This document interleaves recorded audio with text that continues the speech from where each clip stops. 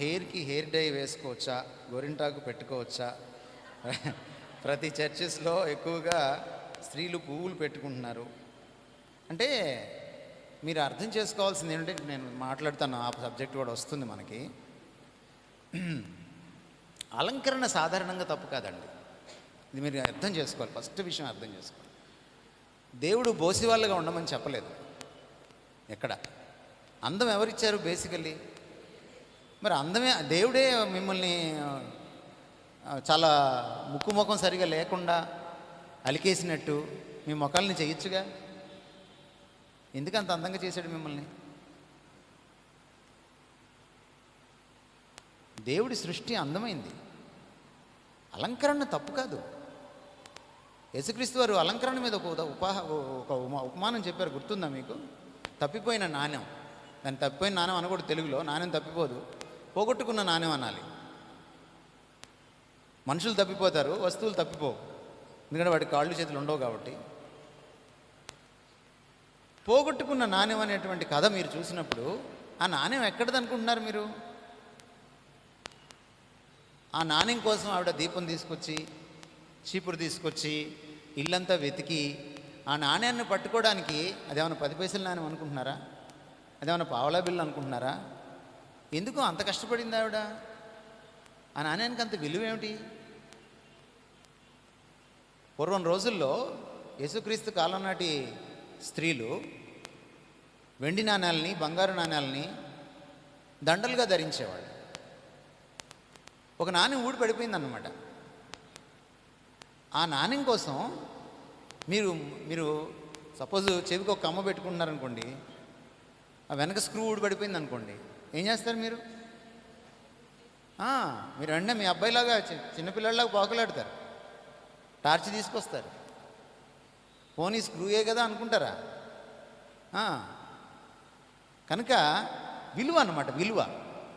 యేసుక్రీస్తు వారి ఉపమానం చెప్పినప్పుడు ఆయన అలంకరణని తప్పుపట్టలేదు, అలంకరణని ఆయన ప్రమోట్ చేశాడు.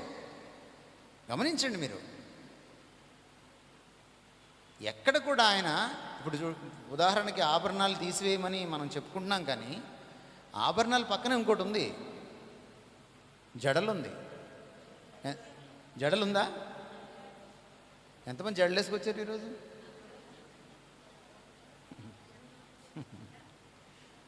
అంటే మీకు నచ్చింది ఆభరణాలు, మీకు నచ్చినవి తీసుకొని వేరే పక్కన వెలగల వస్త్రాలు కూడా ఉంది. ఈ మధ్య క్రైస్తవంలో గొప్పతనం ఏంటో తెలుసా? ఆభరణాలు తీసేస్తారు చాలామంది దైవజనురాళ్ళు. 6,000 7,000 పెట్టి వర్క్ బ్లౌజ్ కుట్టిస్తారు, మగ్గం వర్క్ చేయిస్తారు. ఇది కరెక్టేనా? మీరు చెప్పండిలే, అడుగుతున్నాను ఊరికే.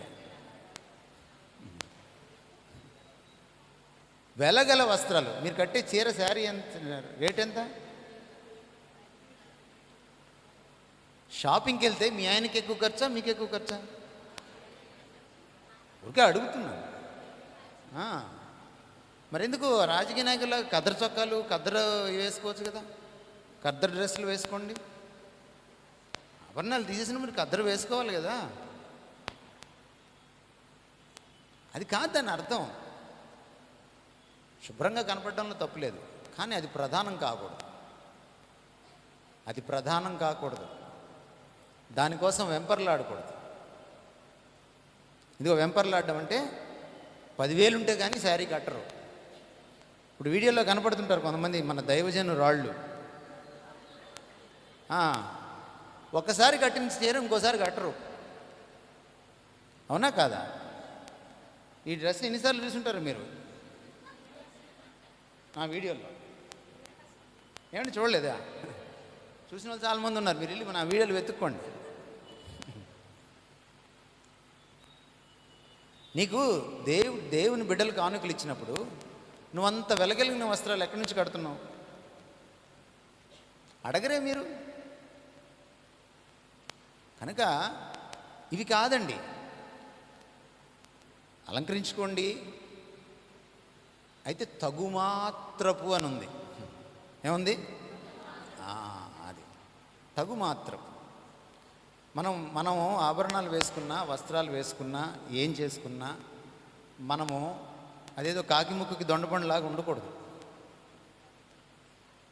అంటే మీ పొడుగేంటి, మీ ఎత్తేంటి, మీ ఒడ్డేంటి, మీ కలర్ ఏంటి, అన్నిటిని బట్టి జాగ్రత్తగా వస్త్రాలు. కొంతమంది రాత్రిపూట వెళ్తున్నారనుకోండి, వాళ్ళ శారీయే కనపడుతుంది, వాళ్ళు కనపడరు. అలాంటి చిలక పచ్చ చీరలు అలాంటివి కట్టకూడదు. మోడెస్ట్గా ఉండాలి. అంటే నన్నే చూడు అన్నట్టుగా ఉండకుండా ఉండాలన్నమాట. సో అది మీకు తెలుసు, మీకు తెలియదేం కాదు. ఈ విషయాలు మధ్యేమి మనం చర్చించుకోనక్కర్లేదు. మగవాళ్ళ కంటే ఆడవాళ్ళకి వివేచన ఎక్కువ, అవునా కాదా? మీకే వివేచన ఎక్కువ కనుక మీకు తెలుసు, మీకు తెలియదేం కాదు. మీరు వస్త్రధారణ చేసుకునేటప్పుడు పురుషులైనా స్త్రీలైనా నేనే కనపడాలి, అది సమయం, అది తప్పు. నేను బాగుండాలి, శుభ్రంగా ఉండాలి, తప్పేం కాదు అది. కనుక ఇప్పుడు మీ దేవుడు మిమ్మల్ని ఎంత అందంగా చేసినా మీరు జుట్టు విరిపించుకొని వచ్చారనుకోండి ఎలా ఉంటుంది? ముఖం కడుక్కోకుండా వచ్చారనుకోండి ఎలా ఉంటుంది? అంతే. సో ముఖానికి పౌడర్ రాసుకోవడం కావచ్చు, లేకపోతే మీరు ఒక డై చేసుకోవడం కావచ్చు, లేకపోతే ఆభరణాలు వేసుకోవడం కావచ్చు, ఏదైనా కూడా బీ మోడెస్ట్, తగుమాత్రం ఉండండి. ఆ తగుమాత్రం ఉన్నప్పుడు మోతాదు మించకుండా ఉన్నంతసేపు ఏం ఇబ్బంది లేదు. మోతాదు మించినప్పుడే, ఇప్పుడు కొంతమంది పండగలకి చర్చికి వస్తారు, వాళ్ళు వచ్చారా, వాళ్ళ నగలు వచ్చాయా మనకు అర్థం కాదు, నగలు నడిచి వచ్చినట్టు ఉంటుంది, అది తప్పు. కొంతమంది పురుషులు కూడా ఈ మధ్య తయారయ్యారు, కడియాల్లో వేసుకొని ఇట్లా అంటుంటారు, చర్చికి వచ్చి ఇట్లా అంటుంటారు. అంటే కడియం చూడాలన్నమాట. ఈ యాటిట్యూడ్ కరెక్ట్ కాదు. ఒక బటన్ తీసి లోపల ఉన్న దండని, మామూలుగా గ్రావిటేషనల్ ఫోర్స్ ప్రకారం, గురుత్వాకర్షణ శక్తి ప్రకారం మీరు ఒక నెక్లెస్ వేసుకుంటే అది సడన్గా అది కరెక్ట్గా మధ్యలోకి వచ్చి వేలాడుతుంది. కానీ మన వాళ్ళు ఏం చేస్తారంటే సైడ్కి లాగుతారు దాన్ని. ఏమండి కాదా?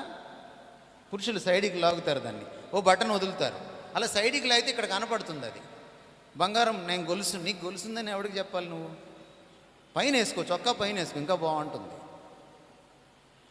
ఈ వేషాలు వద్దు అని, ఈ వేషాలు అవసరం లేదు.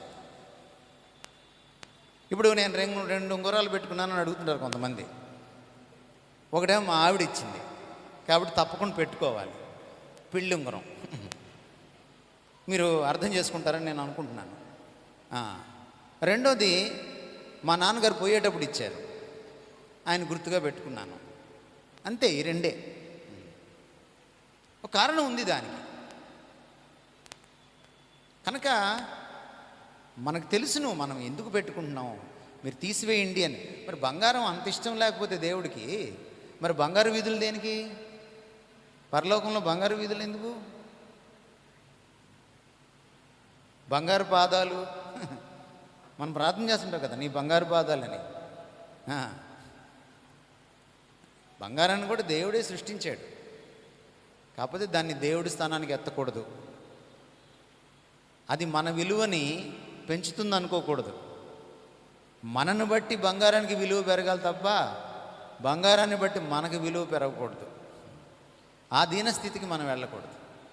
డబ్బులు మనం ప్రింట్ చేసుకున్నాయి, డబ్బులను బట్టి మనకు విలువ ఉండకూడదు, మనల్ని బట్టి డబ్బులకి విలువ రావాలి. ఉద్యోగం మన కోసం, మన ఉద్యోగం కోసం కాదు. ఉద్యోగానికి మనల్ని బట్టి అలంకరణ, శోభ రావాలి, గుర్తింపు రావాలి. ఉద్యోగాన్ని బట్టి మనకు గుర్తింపు రాకూడదు. దేవుడి తర్వాత ఈ ప్రపంచంలో ఎవడు గొప్పవాడంటే మనిషే, స్త్రీ పురుషులే. అది గుర్తుపెట్టుకోండి. సో ఈ ఆలోచన మనకి ఉండాలి. పువ్వులు పెట్టుకోవచ్చా? పువ్వులు కూడా మీరు తీసుకొచ్చారు. ఒక ఆవిడ ప్రసంగం చేస్తుంది, ఆవిడ కన్నీటితో యేసుప్రభు పాదాలు కడిగింది, ఎందుకంటే కళ్ళతో పాపం చేసింది. ప్రసంగం ఒక దైవజనురాలు చేసిన ప్రసంగం. తర్వాత నెక్స్ట్ లైన్ ఏమిటని ఎదురు చూస్తున్నాను నేను, మైక్లో వినపడుతుంది, నేను స్వయంగా విన్న ప్రసంగం ఓ 20 ఏళ్ల క్రిందట. ఆవిడ తన జుట్టుతో ఆయన పాదాలు తుడిచింది. ఎందుకో తెలుసా మీకు? జుట్టుతో పాపం చేసింది అంది. తర్వాత నెక్స్ట్ లైన్, అక్కడ ఉన్నటువంటి స్త్రీలందరూ అవాక్కయ్యారు, జుట్టుతో కూడా పాపం చేయొచ్చా అని. వాళ్ళు చూస్తున్నారనమాట. అప్పుడు ఆవిడ అసలు కిటుకు చెప్పింది, పూలు పెట్టుకొచ్చింది అంది అనమాట. పూలు పెట్టుకోవడం తప్పేం కాదు. అయితే నేను మళ్ళీ అదే సూత్రం, 10 మందిని ఆకర్షించడాని కోసం కాదు. అది చాలామంది చర్చికి పూలు పెట్టుకొని రారు, బయట పూలు పెట్టుకుంటారు. ఇదే చర్చికి వచ్చే స్త్రీలని పెళ్ళికి వెళ్ళినప్పుడు చూడండి మీరు, మరి అది వేషధారణ కదా. ఇక్కడ ఒక స్టైలు, అక్కడ ఒక స్టైలు, అట్లా ఎందుకు? ఇప్పుడు కొంతమంది ఉన్నారు, ఇక్కడ ఆభరణాలు తీసేస్తారు, ఎక్కడికి వెళ్ళినా ఆభరణాలు తీసే వెళ్తారు. అది మంచిది కదా. కనుక అలా ఉండద్దు, యథార్థంగా ఉండండి. పూలు పెట్టుకోవాలనిపిస్తే పెట్టుకోండి, మోతాదుకు మించి పెట్టుకోబాకండి. వంకీ జళ్ళు, పూల జళ్ళు, మరి ఆ బారు నుంచి ఈ బారు దాకా పూల మార్కెట్ అంతా మీ మీదే ఉండకూడదు. అది చూసుకోండి. గోరింటాకు పెట్టుకున్నా చాలా తక్కువగా చూస్తున్నారు, అది తప్ప. చలవైతే పెట్టుకోండి. ఏమ్మా, 10 మంది చలవ లేకపోయినా ఇది చలవ చేస్తుంది అనుకుంటే పెట్టుకోండి, తప్పేం లేదు. పెట్టినప్పుడు కాస్త పండుతుంది, బాగా పండితే బాగా మంచి భర్త వస్తాడని ఏం లేదు. అలాంటి మూఢనమ్మకాల్లో ఉండద్దు. అర్థమైందా?